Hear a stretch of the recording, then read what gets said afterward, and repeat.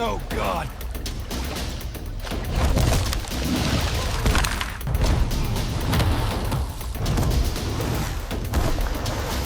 Help me. He's gone. Oh, God, the crocodile took him. 911, what is your emergency? A man, his canoe flipped. Something huge pulled him under. Where are you? I need the exact location. By the bend in the river, near the mangroves, he screamed, and then the water just swallowed him.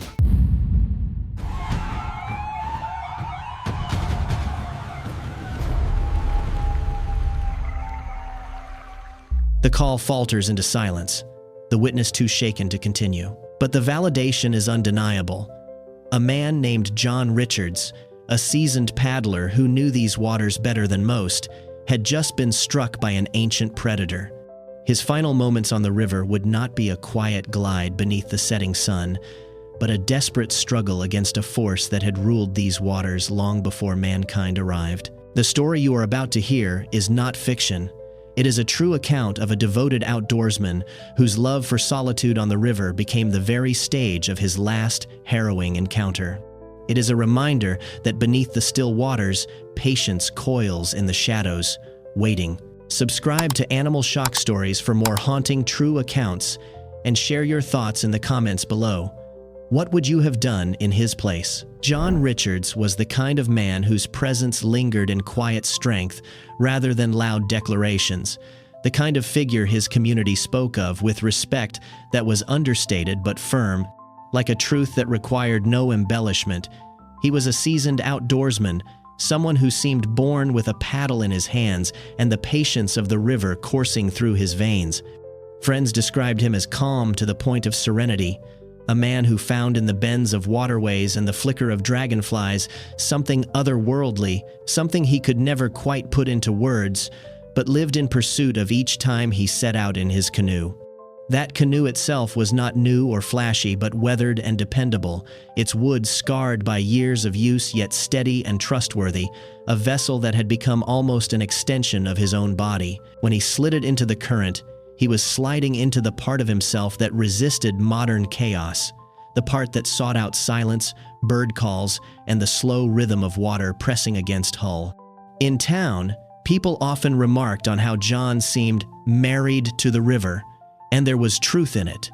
He treated the water as sanctuary, teacher, and confidant, believing it offered balance that the noise of daily life could never give him. He was no daredevil, no reckless thrill-seeker. He carried himself with the air of someone who believed respect for nature was its own shield, who trusted observation and composure more than bravado. Yet beneath this reverence lurked an irony too tragic to ignore, for the very waters that gave him peace would one day rise as an adversary he could not outwit or calm with quiet patience. His journals revealed small sketches of riverbanks, notes about bird migrations, even poems about dawn fog curling above the reeds, but they also revealed a blind trust lines about how he felt safer here than anywhere on earth, a sentiment that foreshadowed the danger he underestimated. It was not arrogance but devotion that guided him, an almost spiritual conviction that the river knew him as he knew it.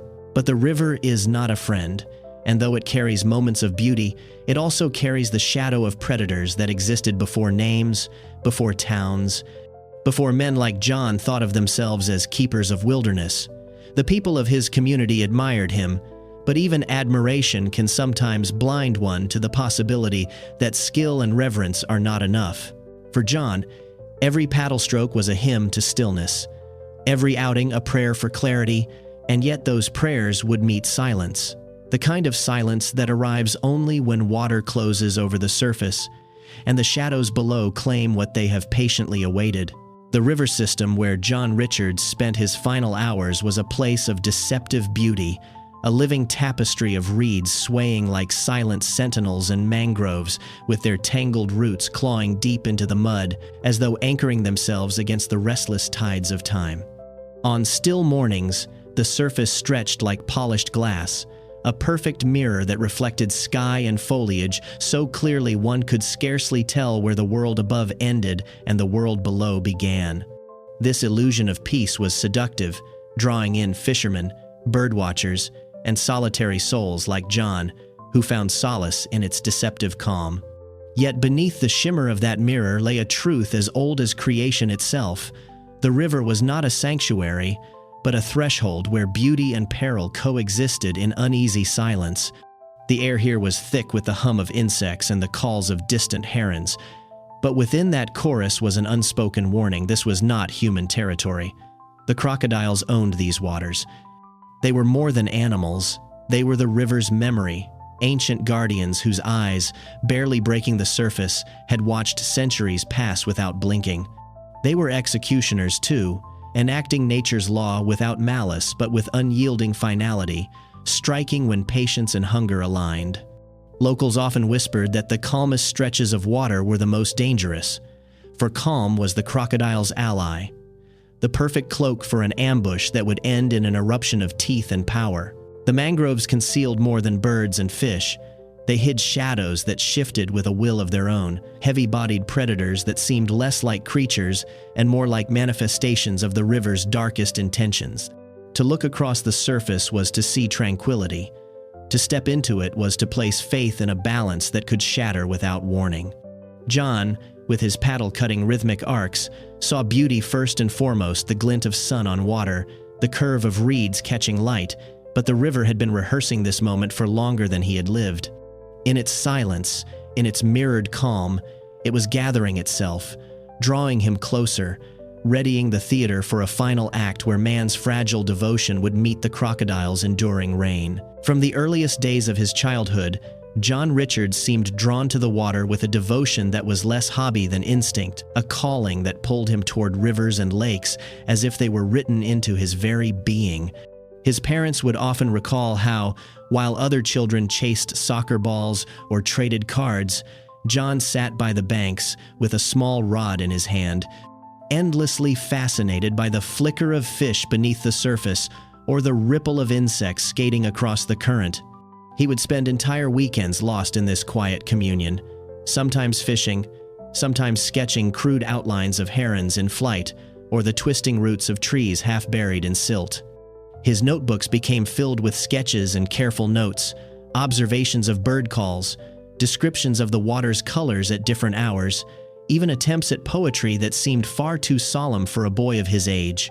As he grew, his fascination only deepened, and the canoe became the natural extension of that obsession, a vessel that allowed him to enter the world he had always observed from the edge.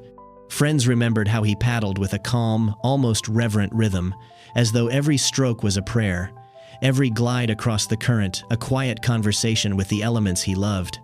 To John, the river was not just scenery, it was kin. He trusted it in the way one trusts family, believing that his respect would always be enough to grant him safety. His family, though proud of his dedication, sometimes worried about how complete his immersion had become.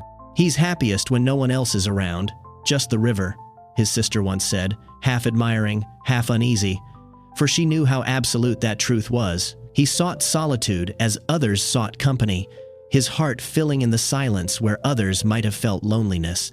Yet within this bond lay the seed of tragedy. In seeing the water as friend and confidant, John began to overlook the simple, indifferent reality that nature does not offer promises and rivers do not keep oaths. His life became a series of weekends and stolen hours where he drifted farther and farther into this communion, sketchbook by his side, eyes always searching for the next ripple or shadow that fascinated him. Over time, what had begun as a boy's fascination matured into a man's ritual, one built not on caution but on faith, a faith that would, in the end, be misplaced. For every moment of joy the water gave him, it was also quietly teaching him the most dangerous lesson of all, that it could be trusted. The morning of John Richards' final journey began with a stillness that felt almost ceremonial, as though the world itself was pausing to witness his familiar ritual of preparation. At the edge of the river, where the reeds bent gently in a breeze too soft to stir the surface, he placed his weathered canoe on the bank and began his routine with the meticulous care of a man who believed in respect for his tools. His paddle was checked for cracks, its handle smoothed by years of use, then rested across the gunwales like a trusted companion. Into the narrow hull he placed only the essentials: a small canvas bag with a flask of water, a few supplies, and his worn leather journal whose pages carried the imprints of countless hours spent in solitude sketching, reflecting, and recording the quiet movements of life on the river. Overhead, the sun cast a golden glow, the kind of light that made the mangroves shimmer and the water gleam like polished bronze, a day that to any outsider would seem entirely safe, even welcoming. There were no clouds to warn of storms, no winds to suggest danger, nothing but the serene invitation of water stretching into the horizon. To John, it was perfection. The kind of day where time seemed suspended and every stroke of the paddle would glide him deeper into the place he loved most. A few locals noticed him as he pushed off, their recollections later tinged with sorrow. They remembered the quiet pride in his face as he dipped his paddle and cut through the mirrored surface, his posture upright, movements measured, as if this was not merely an outing but a communion. One fisherman described how John barely seemed to disturb the water, like he belonged to it, not just passing over it. He nodded at acquaintances on the bank but spoke little, the river drawing his attention more strongly than any human voice could. As the canoe slid into the current and drifted toward the bend, where mangroves grew thick and shadows clung beneath their roots, John's silhouette against the glimmering expanse looked almost timeless, a figure cut from another century, when men and wilderness were bound by necessity rather than choice. Yet this serenity carried with it an invisible weight, a foreshadowing that no one could sense in the moment. For while the day presented itself as flawless, the river harbored no obligation to reflect the kindness of the sky. Beneath the golden surface, patient eyes had already been watching, and an ancient body lay waiting. Those who saw John that morning would later remember his pride not with admiration but with mourning, for the image of his canoe gliding into still waters became, in retrospect, less a portrait of peace than the first stroke in the river's final, unrelenting script. Hours passed, and the river wore its mask of tranquility with unnerving perfection, its surface gleaming in the late light like hammered copper, broken only by the rhythmic strokes of John Richards' paddle as he moved steadily downstream. To an untrained eye, nothing appeared unusual, but the river was beginning to reveal its undercurrents in ways too subtle for a man immersed in reverie to notice. A set of ripples spread outward across the mirrored calm without origin, their circles overlapping and vanishing as if swallowed before their time. Reeds near the bank bent and swayed though the breeze had stilled, their tips quivering as though touched by something unseen beneath the water. Birds that had been a constant chorus throughout the morning grew quiet, their calls tapering off into silence, until the only sounds were the dip of the paddle and the muted slap of water against wood. John, so attuned to solitude yet blinded by his devotion to it, failed to recognize these small betrayals of the river's facade. To him, the ripples were simply the play of fish beneath, the reeds perhaps shifting with hidden currents, nothing more than the familiar pulse of the waters he trusted beyond reason. He kept his strokes even, his breathing calm, moving with the serenity of one who believed himself part of the landscape rather than intruder upon it. Yet the truth was different, darker. Beneath him moved a presence that had outlived empires, a predator older than the very nation John called home. It followed with patience, unhurried, its massive form sliding through the murk with the inevitability of a shadow. It did not rush because it did not need to. The crocodile was time itself made flesh, a survivor of epics who knew no fear of men and no doubt of its dominion. In that moment, as John paddled forward, his journal resting beside him, sketchbook pages fluttering with the faintest breeze, he was unknowingly accompanied by this living relic, a watcher from below. Every ripple that appeared without cause was its whisper. Every reed that bowed was its passing. Every silence from the trees above was an omen unheeded. John's oblivion was not foolishness but faith, a faith in stillness that refused to imagine treachery lurking beneath. But the river is not a covenant, and shadows do not make promises. And so he moved forward, steady and proud, never knowing that each stroke of his paddle was measured not only by his own rhythm, but by the patience of a hunter waiting in the depths. a shadow older than his nation, tracking his every glide. Crocodiles are not hunters in the way many imagine, thrashing through water in a frenzy or chasing their prey with noisy determination. They are sculptors of patience, artists of silence, lying half-submerged in a way that makes them indistinguishable from the river itself. To the casual observer, they appear as little more than logs adrift, their armored backs ridged like driftwood, and their eyes peering above the surface with an almost casual indifference. Yet behind that facade is calculation, a mastery of stillness so complete that entire afternoons can pass with no perceptible movement. They wait, letting the world above grow comfortable, allowing birds to skim close, fish to stir beneath, and humans to believe they are alone. In those hours of waiting, the crocodile is no less dangerous. It is a storm coiled tight within the water, every muscle wound with hidden power, every instinct honed by millions of years of evolution. When the strike comes, it is not clumsy or chaotic, but a detonation of precision, an eruption from a shadow that seemed harmless only seconds before. This patience is the predator's greatest weapon, and it is often the victim's greatest undoing. John Richards, balanced in his canoe, believed in control of his strokes, control of his position, control of the fragile craft that skimmed across the mirrored surface.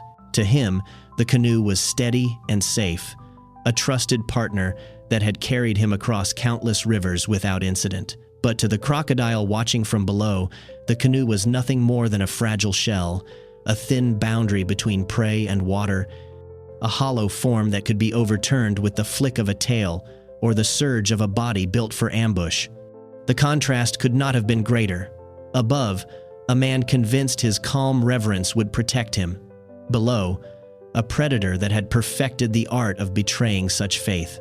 John's illusion of safety was born from his trust in patterns, days on the river where nothing had happened, moments where the stillness had never broken.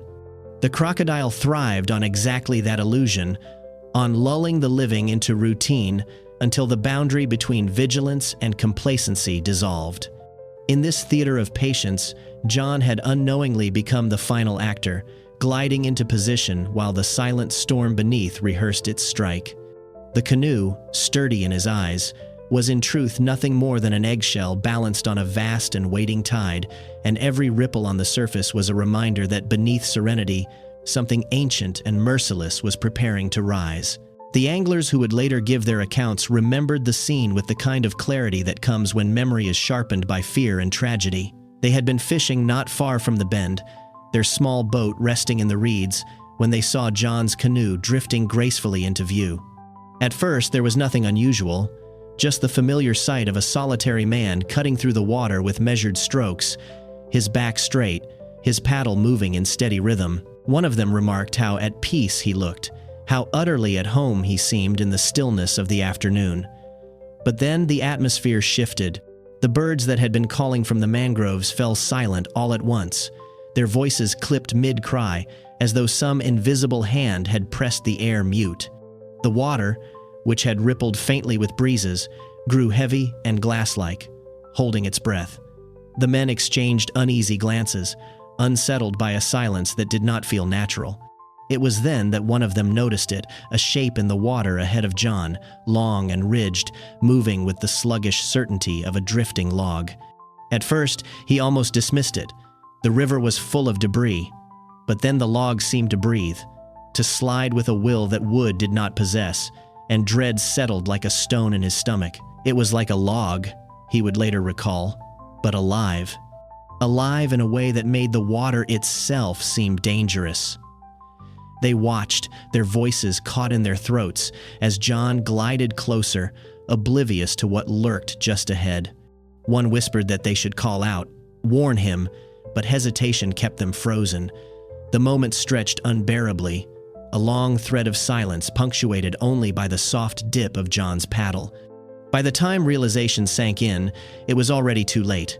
He was within reach of whatever had been waiting for him. The angler's memories carried the weight of that hesitation, the guilt of men who had seen danger coiling, yet failed to intervene in time.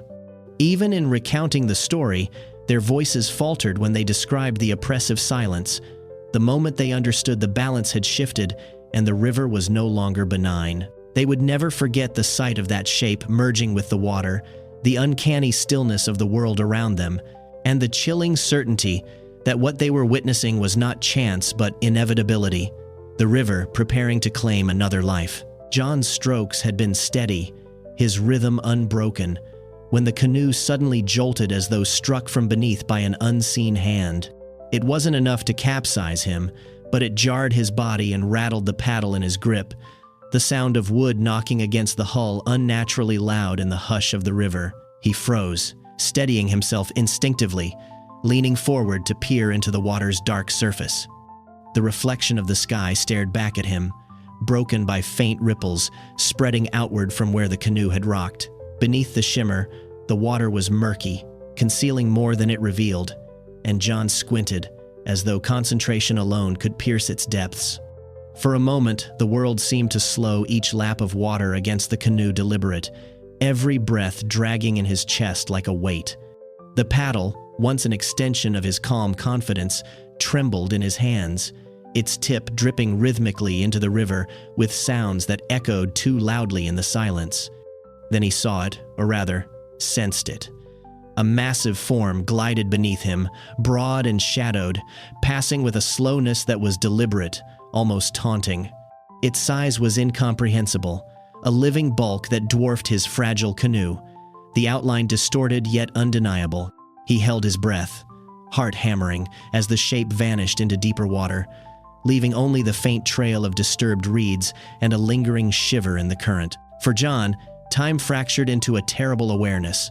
The river he had trusted all his life was not empty, and he was not alone. A primal tension took hold, the kind of fear that speaks not to reason but to instinct, whispering of predators older than memory.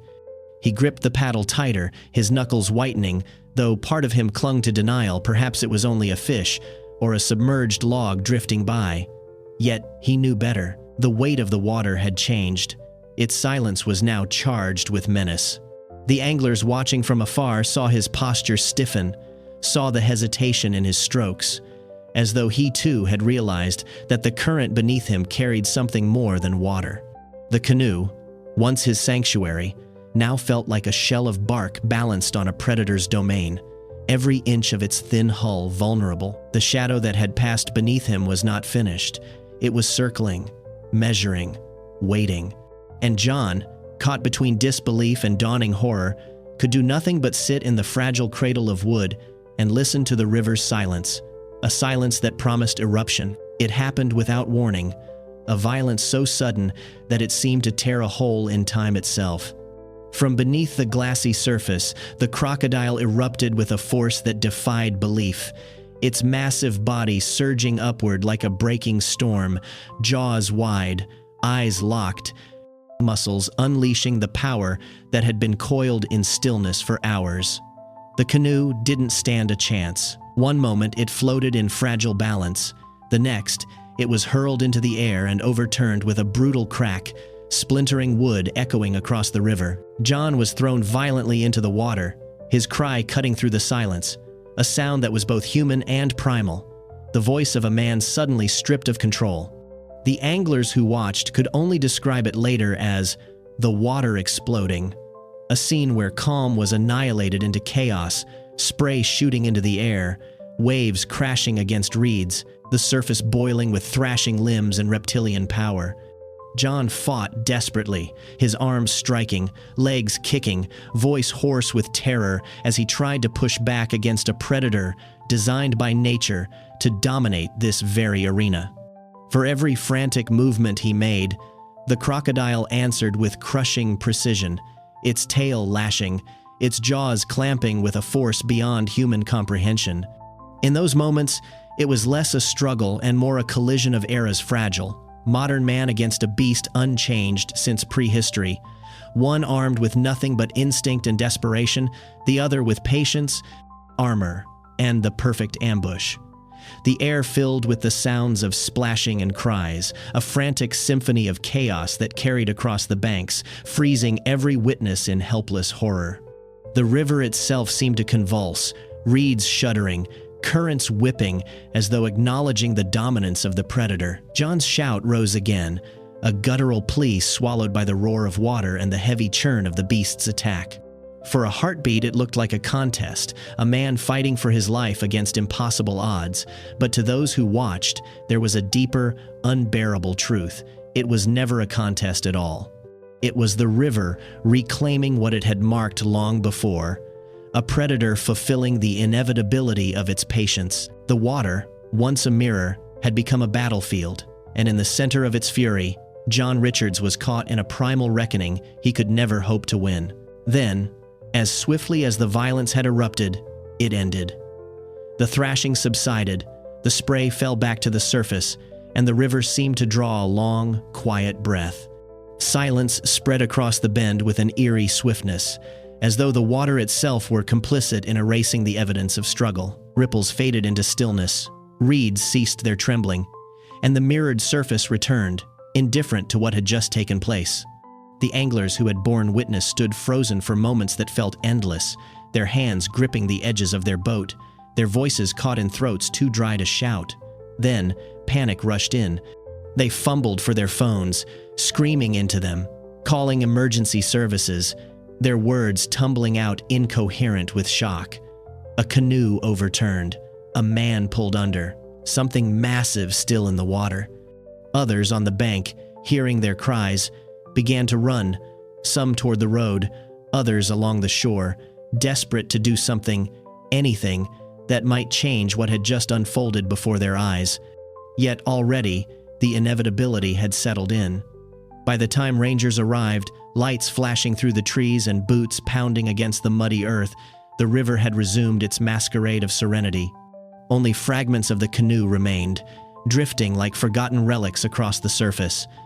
A shattered plank, bobbing against the reeds, the paddle floating half-submerged, its familiar handle broken.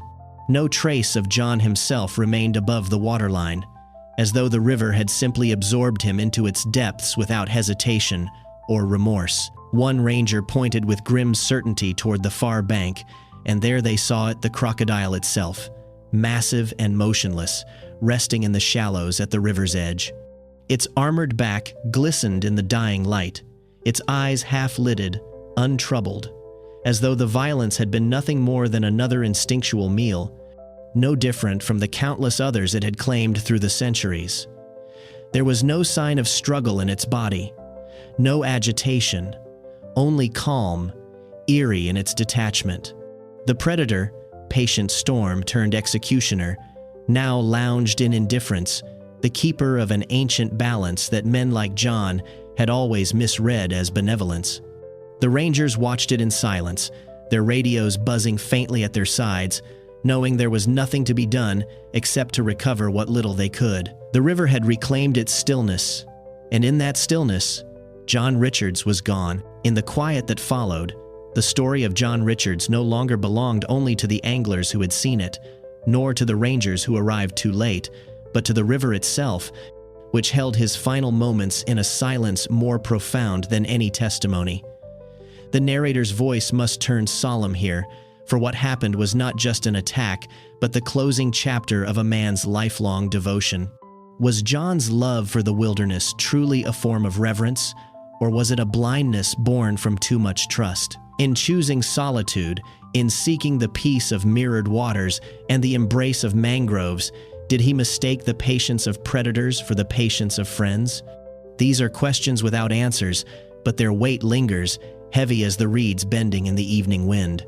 What is certain is that John believed he was safe in the place he loved most, that his final glides on the canoe were made not with fear, but with quiet pride. And yet, in the wilderness, love is no shield. The river does not bend to affection, nor do its guardians honor devotion. They endure by instinct, by ancient law, and in their endurance lies indifference. John's tragedy is not just that he was taken, but that he was taken by what he trusted most, his sanctuary transforming into his grave. Perhaps this is the haunting truth we must all confront, that nature does not owe us gentleness, no matter how much we adore its beauty. Its still waters can soothe, but they can also conceal storms older than empires. Its silence can comfort, but it can also warn, if only we are willing to hear it. For John, The silence was both his refuge and his undoing, the lull that preceded the eruption. And so, his story closes not with resolution but with echo, a reminder written on water that cannot be reclaimed. The river does not return what it claims, it carries memory in silence, and silence endures. As the image of the crocodile resting at the edge dissolves into the fading light, we are left with reverence, with unease, with the knowledge that what waits beneath is never far away. Fade out not with words, not with explanation, but with the heavy stillness of water closing once more, silent as eternity.